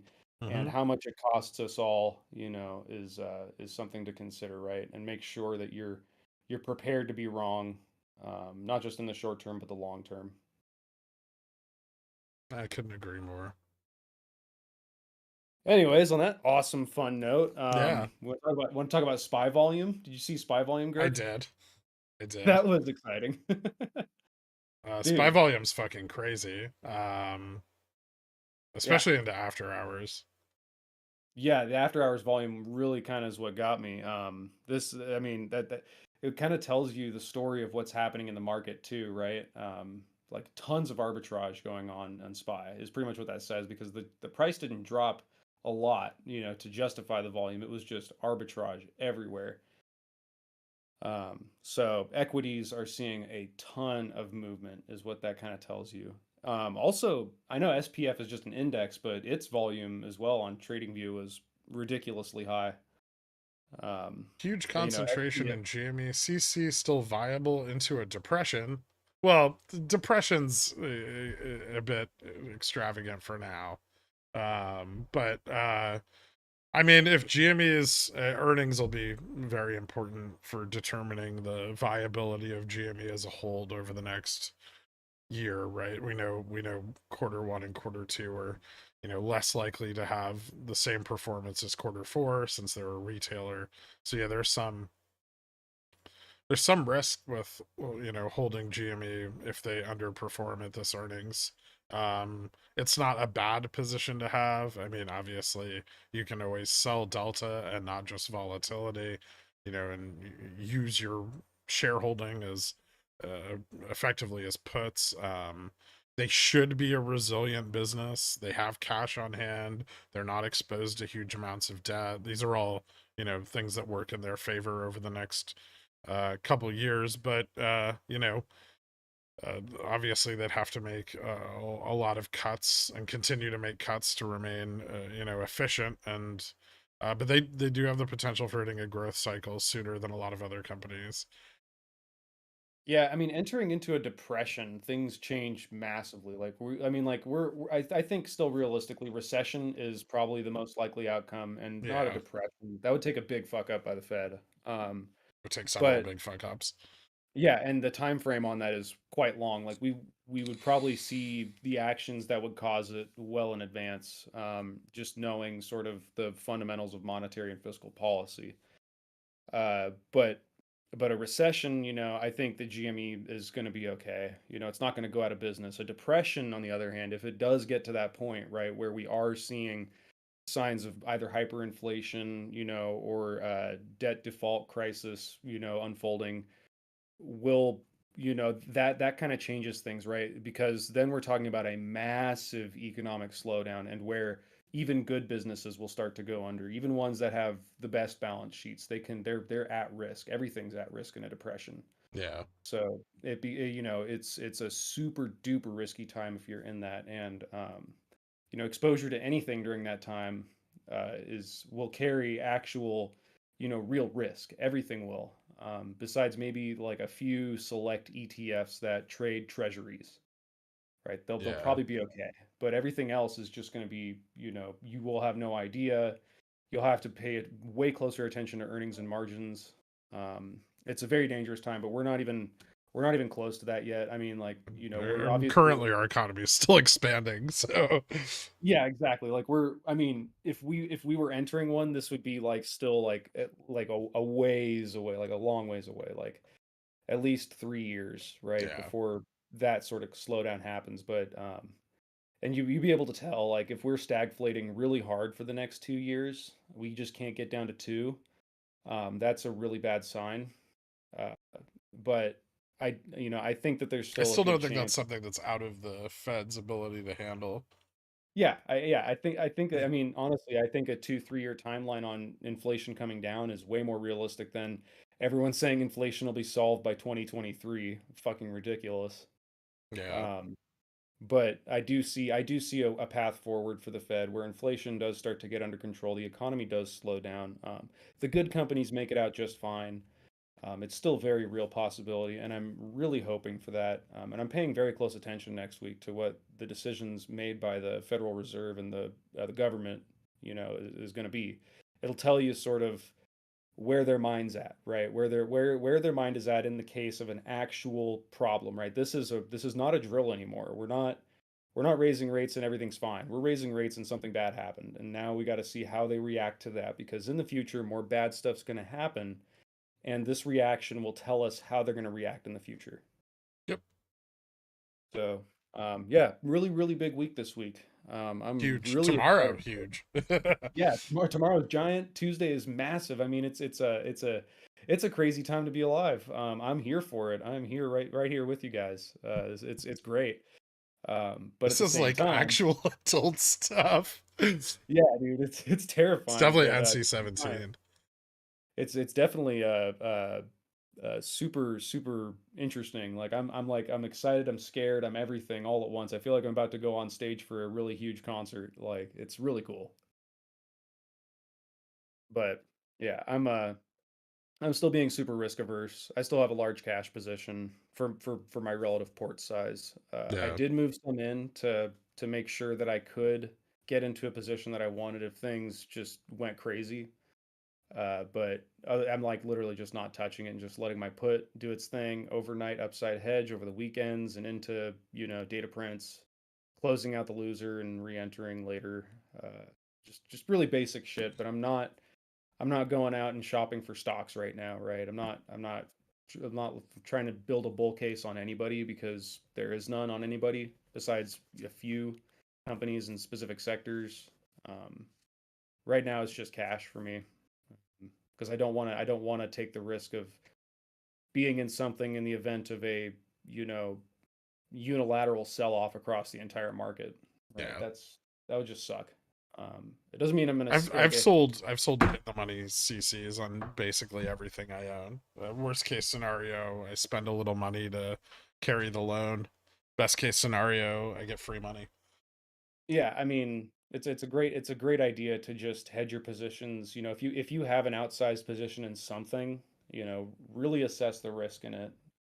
because if next week is a shit show, this thing's just gonna the uncertainty is gonna skyrocket. Everyone's gonna freak out, and So it's the not the gonna be Google searches for market crash have rocketed over the weekend. They weren't very high on Friday, interestingly, but as the word's getting around, SVB has rocketed. So yeah, people are getting afraid. yeah. How to people I handle my talk to, 401k in the event of a market crash is rocketed. yeah, I'm hearing about SVB from people who have nothing to do with finance. So like it's the fear is out there now, like in the general populace, at least to some degree. I mean, we just mentioned how few synapses are actually happening in general population. So the fear could, while unfounded, become self-fulfilling, right? What if the Fed makes a really stupid decision, decreases rate, or even starts QE? Do you see we get a rally first, then a crash later? Yeah, it's absolutely possible. Yeah, the initial You would, reaction to QE would probably be very positive. I don't think it would last long. Maybe into the next CPI print that comes in, twice as high because the Fed started doing QE. yeah. Yeah, sure. The initial knee-jerk reaction can be bullish.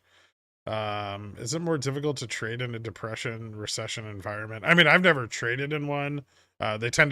Volatility tends to remain high in them. So they're a great environment for, income strategies. They're a terrible environment for actual ownership of anything. But there are ways to trade a stagnant economy like that. And yeah, it can be just as profitable as anything else. You just gotta have the right tools and know what you're looking for. Yep. Better to straddle SPX every night or just hedge with, say, 0.3 delta SPX calls. Up to you. I mean, either one is effective. Straddles are a little more at risk if there's a continuous trend. But with uncertainty, straddles can be very good. The strangles probably better if you're expecting the market to move significantly each day. Historically, the Fed pivots first, then crash occurs. No, historically, yes. Fed decreases in rates tend to precede crashes, although the correlation to that isn't insanely high. I would be freaking out about my port if I hadn't found this stream. Thankful to have my eyes open for at least some knowledge now. No problem, Gen. Can a big ownership of GME build a decent income strategy? Yeah, I mean, I've done pretty well with it so far. I generally hit like 1 to 2% yields a week. Over time. I mean, I don't sell GME generally speaking weekly, but over like a 4.3 week period, I yield an average of 1 to 2% a week. Longer term is bearish. I've been able to afford much theta because puts are super overpriced. Yeah, they're expensive. All right. Well, I think that's enough for today. I got some work to do tonight, and I'm still researching the extent of kind of this contagion with SVB and where it is likely to continue to strike, provided that the Fed doesn't move towards quantitative easing tomorrow. Thank you guys. Thank you, Dork, for coming in. JFresh, if you can still hear, appreciate your input as well. I will see you guys all tomorrow morning. Have a good night, everybody. Try to get some sleep. Yep, you're gonna need it. All right, thanks, buds. Riku. Riku. Later, guys. Riku.